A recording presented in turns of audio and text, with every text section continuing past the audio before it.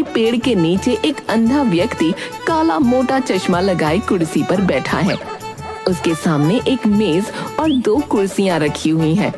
मेज पर चने से भरी प्लेट रखी है और अंधा व्यक्ति मजे से चने खा रहा है। वाह बेटा, क्या मजे हैं इसके, है?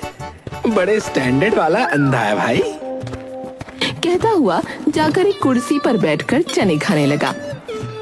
कौन हो भाई? तुम इस गांव के तो लगते नहीं। तुम्हें कैसे पता चला कि मैं इस गांव का नहीं हूँ? तुम्हारी आवाज से।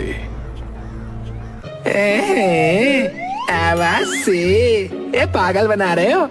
वो कब सुनी तुमने? अरे अभी तो तुम बोले ना। नहीं, तुमने मेरे बोलने से पहले ही जान लिया था कि मैं यहाँ का नहीं हूँ।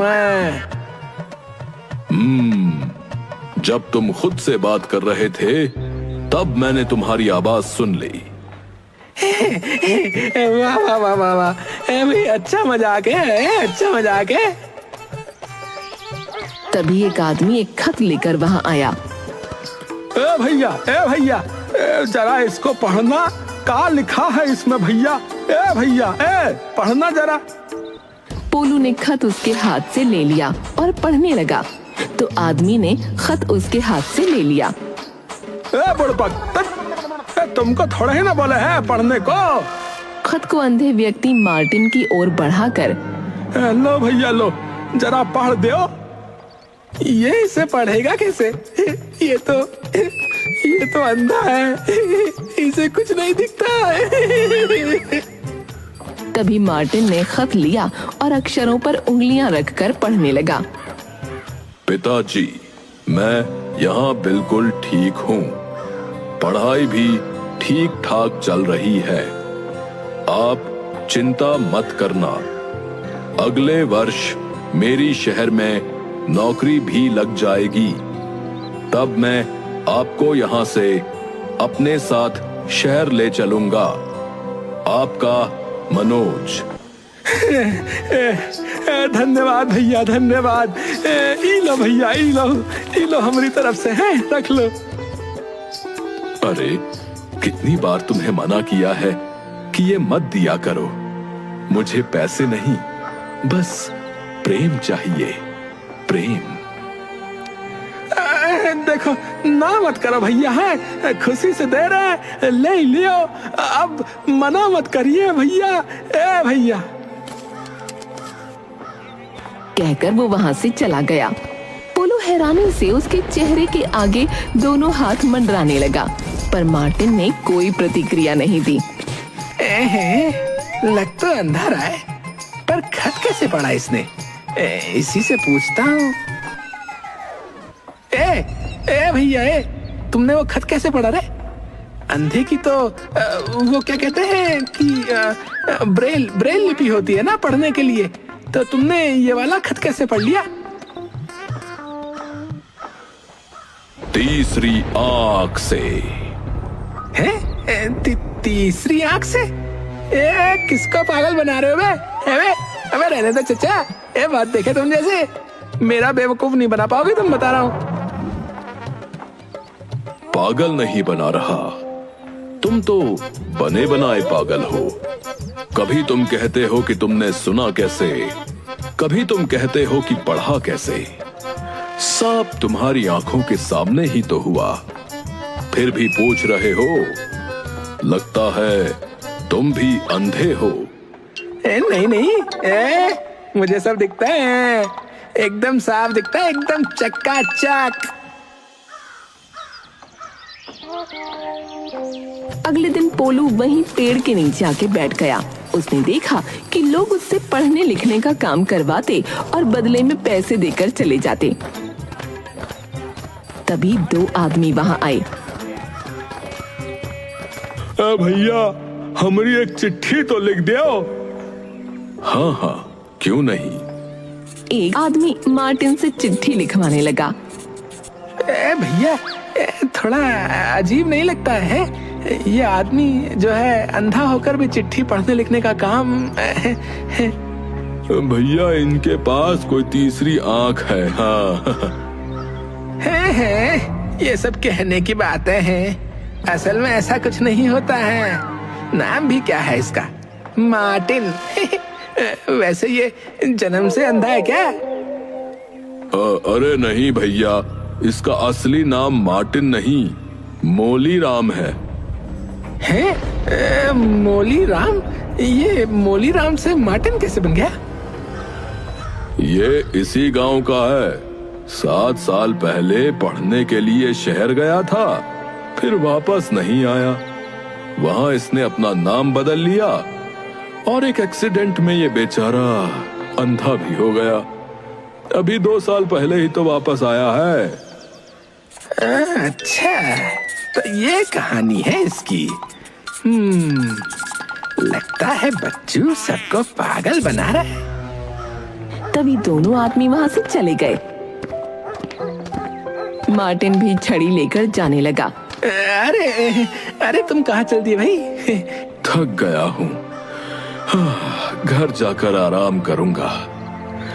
तबीयत ठीक नहीं लग रही। पोलू ने उसे घूर कर देखा। अच्छा सुनो, अगर कोई आए तो उसे मेरे घर आने के लिए कह देना। कहकर वो जाने लगा। अपना नौकर समझ रखा है? उसे जाते हुए देखते हुए। ये मुझे अंधा नहीं लगता, इसको सब दिखता है। पागल बना रहा है सबको। आज अच्छी कमाई हो गई तो अभी भाग रहा है। इसकी पोल खोलनी पड़ेगी। पोलू ने भागकर मार्टिन के रास्ते में एक बड़ा पत्थर रख दिया, पर मार्टिन उसे लांघकर निकल गया। मैं ना कहता था, इसको सब दिखता है। ड्रामेबाज कहीं का है। उसके बाद वो खुद मार्टिन के रास्ते में आकर खड़ा हो गया, पर मार्टिन रुका नहीं। उसने पोलू को जोर से टक्कर मार दी और वो गिर गया। अंधा कहीं का, दिखाई नहीं देता तुझे? मुझे तो दिखाई नहीं देता, पर तू तो देख सकता है ना। रास्ते में आकर खड़ा हो गया। वो वहां से चला गया। बेटा तुझे ना छोड़ूंगा नहीं। इसका बदला तो लेकर रहूंगा मैं। हाँ, लेकर रहूंगा। पोलू छिपकर मार्टिन का पीछा करने लगा। मार्टिन ने अपने घर जाकर दरवाजा बंद कर दिया तो वो खिड़की से झांकने लगा। मार्टिन बिस्तर पर जाकर सो गया तो वो खिड़की से अंदर घुस आया। ये घड़ी का क्या करता होगा यार? उसने कपड़ों को खंगाला, कुछ ना मिला। एक कंगाल कहीं का, शहर से भागकर आ गया कामचोर साला। यहाँ ऐश कर रहा है, ऐश है। पोलू ने उसकी अलमारी धीरे से खोली। उसमें एक तिजोरी थी। उसने यहाँ वहाँ देखा तो कुछ न दिखा। पोलू मार्टिन के बिस्तर के पास गया तो मेज पर एक पेन रखी थी। पोलू ने धीमे से वो पेन उठाई और तिजोरी खोल दी। उसमें रुपयों से भरा एक डिब्बा रखा था। ये मार्टिन तो गुरु घंटाल आदमी है। जो भी हो, मुझे इससे क्या, मेरा काम तो हो गया। उसने डिब्बे में से रुपये निकालकर जेब में रखे और तिजोरी बंद करके पिन वापस रखकर आने लगा तो उसकी नजर मेज पर रखे सिक्कों पर पड़ गई। उसने उठाने के लिए हाथ बढ़ाया, तभी मार्टिन ने अंगड़ाई ली। मार्टिन ने उठकर मेज से पानी का गिलास उठाया और उसे पोलू के मुंह पर फेंक दिया। अरे, पानी गिर गया। फिर वो छड़ी लेकर रसोई की ओर गया और पोलू भी उसके पीछे जाने लगा। साले, मेरे मुंह पर पानी फेंकता है। रुक साले।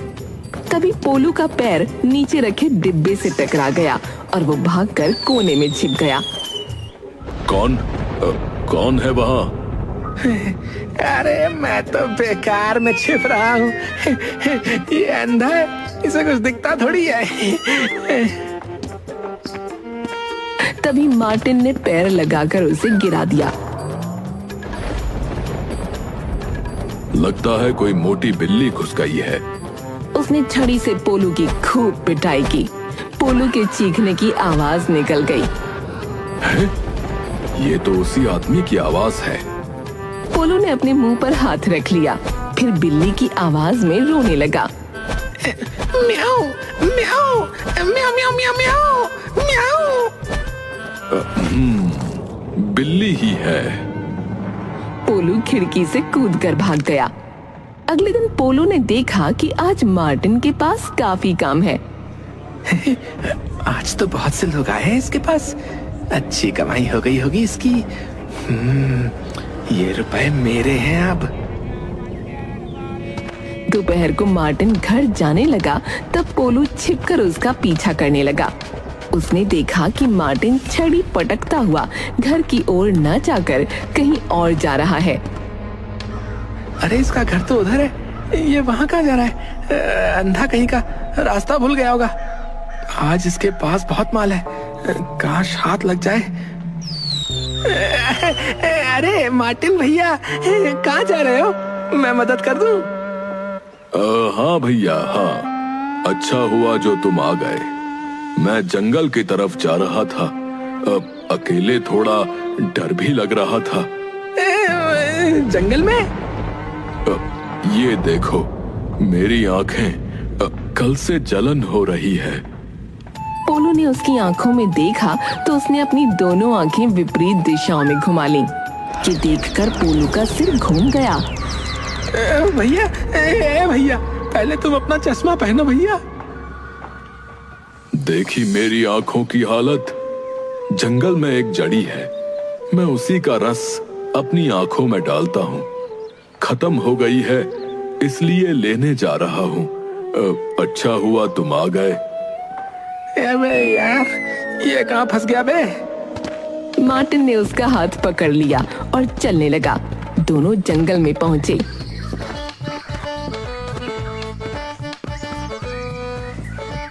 तुम जड़ी कैसे पहचानोगे? अपनी तीसरी आंख से क्या? सूंघ कर पहचान लूंगा। तभी दोनों सुनसान में एक बड़े पेड़ के पास पहुंचे। ये रही। पोलू ऊपर की ओर देखने लगा तो मार्टिन ने छड़ी से उसे मारा, फिर थप्पड़ों से। अबे अबे अबे ये क्या कर रहा है? अबे चल बे, मेरे रुपए चोरी करता है? मेरे? तेरी हिम्मत कैसे हुई मेरे ही घर में घुसकर मेरी कमाई को हाथ लगाने की? तुम अंधे नहीं हो, अंधे नहीं हो तुम सबको पागल बना रहे हो। माय गॉड, मैं सही था। हाँ, तो अब नाच। साले, मेरे रुपए निकाल, नहीं तो यहाँ से जिंदा नहीं जाएगा। पोलू ने उसे कमीज के अंदर से रुपए निकाल कर दिए। घड़ी भी निकाल। पोलू ने उसे घड़ी दे दी। अपनी घड़ी भी निकाल कर दे। चल निकाल। पोलू ने उसे अपनी घड़ी खोल कर दे दी। रुपए कम क्यों लग रहा है बे? पूरे, तुमने तो गिने भी नहीं, ऐसे ही लग रहा है। अबे ओ, चोरी में मैं तेरा बाप हूँ, बाप समझा? मुझे गिनने की जरूरत नहीं पड़ती, देखने से काम हो जाता है। पूरे 100 रुपए कम है, चल निकाल। वो तो खर्च हो गए मेरे से। क्यों बे, खर्च कर दिए? ये ले।